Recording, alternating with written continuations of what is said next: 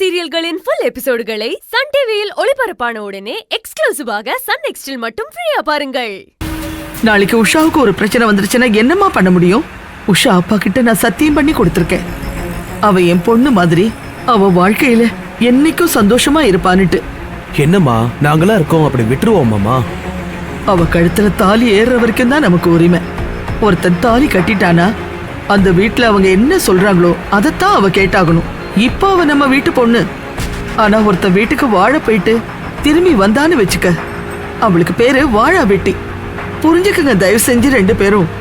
அம்மா அந்த அளவுக்கு விட மாட்டோமா, நாங்க பாத்துக்கிறோம். ஆமாமா, நீங்க நம்புங்க, ஒன்னும் பிரச்சனை ஆகாது, பாத்துக்கலாம். அந்த அம்மா கல்யாணம் வரைக்கும் இருந்துட்டு போயிடுவேன்னு அவங்களே சொல்லிருக்காங்க. அவங்க இருக்கிற வரைக்கும் தானே பிரச்சனை.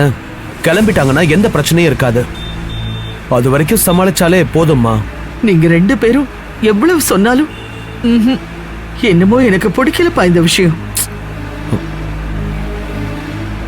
நாளைக்கு உஷாவுக்கு ஏதாவது பிரச்சனைனா தயவு செஞ்சு என்ன கஷ்டப்படுத்தாதீங்க.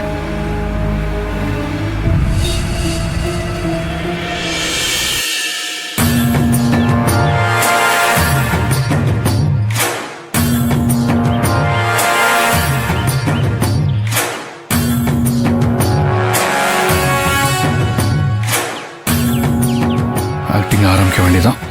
முருகா தம்பி தம்பி தம்பி நில்லுங்க. மா நீங்களா?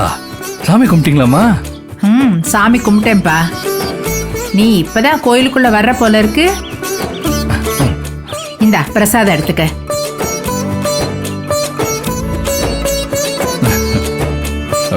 உள்ள போய் தாயை கும்பிடுறதும் ஒண்ணுதான், உங்களை கும்பிடுறதும் ஒண்ணுதான்.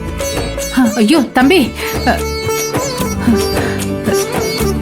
தம்பி எழுந்திரிப்பா, எழுந்திரு, எந்திரி. என்னப்பா என்னப்பா நீ இப்படி கோயிலுக்குள்ள பொசுக்கு பொசுக்குன்னு கால் எல்லாம் விழாதப்பா. எனக்கே மனசுக்கு கஷ்டமா இருக்கு. உங்களை பார்த்தா எனக்கு காலில் விழுந்து ஆசீர்வாதம் வாங்கணும் தான் தோணுதுமா. ரொம்ப நல்ல பிள்ளையா இருக்கியே. சரி வா, அங்க உட்காந்து பேசலாம், வா போலாம்.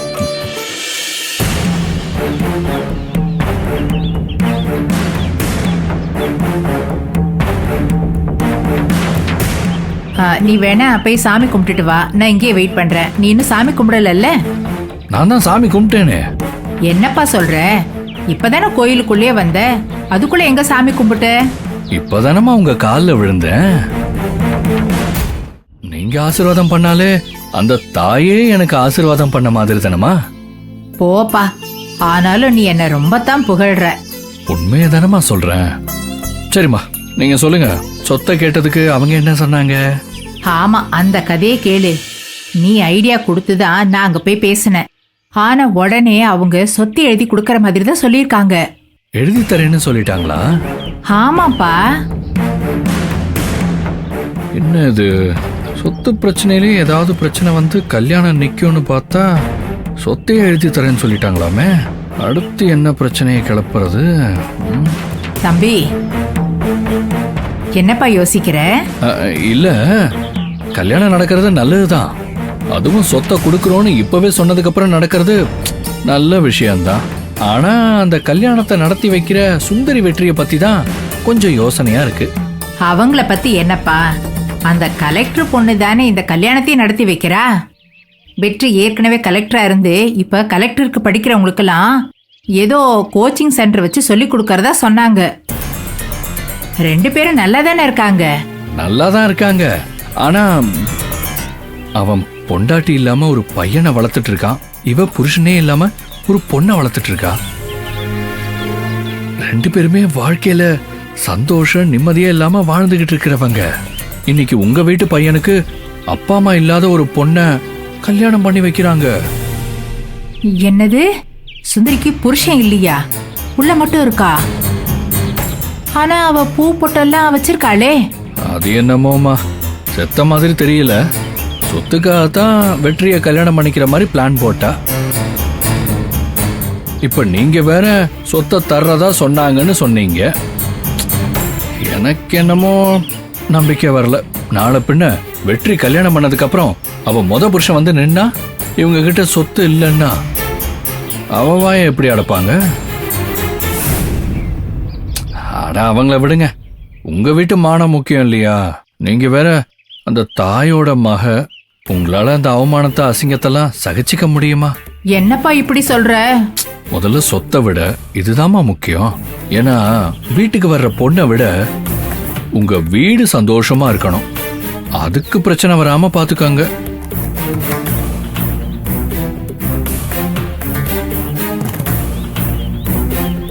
அம்மா, ஆ? நீங்க யோசிச்சுக்கிட்டே இருங்க, நான் போய் சாமி கும்பிட்டு வந்துடுறேன். முருகா ஆண்டவா.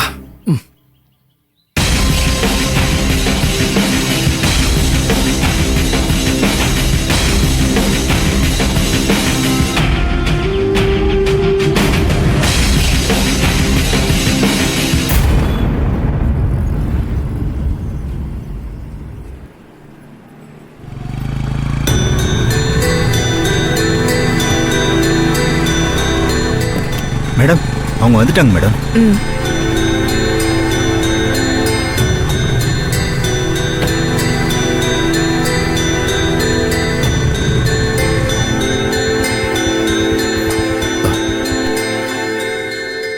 வணக்கம் மேடம்.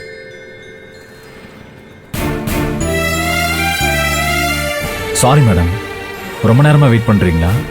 அது பிரச்சனை இல்ல உதய். உங்க அத்தை பண்ண பிரச்சனை இப்ப வீட்ல பெருசா இருக்கு.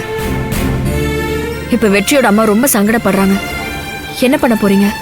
நான் ஏற்கனவே அக்காவை பத்தி சொன்னேனே மேடம். அவங்க அப்படிதான், எங்களுக்கு நல்லது பண்றதா நினைச்சு ஏதோ பேசுறாங்க. ஆனா அடிப்படையில அக்கா ரொம்ப நல்லவங்க, கெட்ட எண்ணெல்லாம் எதுவும் இல்லாதவங்க. இப்ப அவங்க நல்லவங்க கெட்டவங்கன்னு நான் சொல்ல வரல சார். அவங்க பண்ண பிரச்சனை உண்மையால் அம்மாவை ரொம்ப யோசிக்க வச்சிருச்சு. கல்யாணத்துக்கு முன்னாடியே சொத்து கேக்குறவங்க நாளைக்கு நம்ம பொண்ணை எப்படி சந்தோஷமா வச்சுப்பாங்கன்னு கேக்குறாங்க. நானும் வெற்றியும் எவ்வளவோ சமாதானம் சொல்லியும் அது ஏத்துக்க அவங்க மனசு ஒத்துக்க மாட்டேங்குது. உஷா அப்பாவுக்கு செஞ்சு கொடுத்த சத்தியத்தை நினைச்சு அவங்க பயப்படுறாங்க. மேடம், எங்க அத்தை பேசினதுக்காக நான் மன்னிப்பு கேட்டுக்கிறேன். நான் சொத்தெல்லாம் எழுதி கேட்க மாட்டேன். எனக்கு உஷாவை ரொம்ப பிடிச்சிருக்கு. நான் அவளை நல்லபடியா பாத்துக்குவேன். என்னை பத்தி உங்களுக்கு நல்லாவே தெரியும். திரும்ப திரும்ப சொல்ல வேண்டிய அவசியம் இல்லை. எங்க அக்கா என்னை படிக்க வச்சு வளர்த்து ஆளாக்குனதுனாலதான் நான் இந்த நிலைமையில இருக்கேன். அதனால அவங்க சொல்றத நான் மீற முடியாது. ஆனா எங்களை நம்பி எங்க வீட்டுக்கு வந்த மருமகளை நானும் என் ஒய்ஃபும் நல்லா பாத்துப்போம் மேடம். எங்களை நம்புங்க மேடம். உங்களை நம்பிதான் அப்பா அம்மா இல்லாத பொண்ண உங்க வீட்டுக்கு வாழ அனுப்பணும்னு நான் ஆசைப்பட்டேன். இப்பவும் உங்களை நம்பிதான் நானும் வெற்றியும் அம்மா கிட்ட பேசியிருக்கோம். ஆனா தேவையில்லாம பிரச்சனை எல்லாம் வருது. நாளைக்கு உஷா வாழ்க்கைக்கு ஏதாவது பிரச்சனைனா இந்த மாதிரி சுந்தரியாவோ இல்ல கலெக்டராவோ இருக்க மாட்டேன்.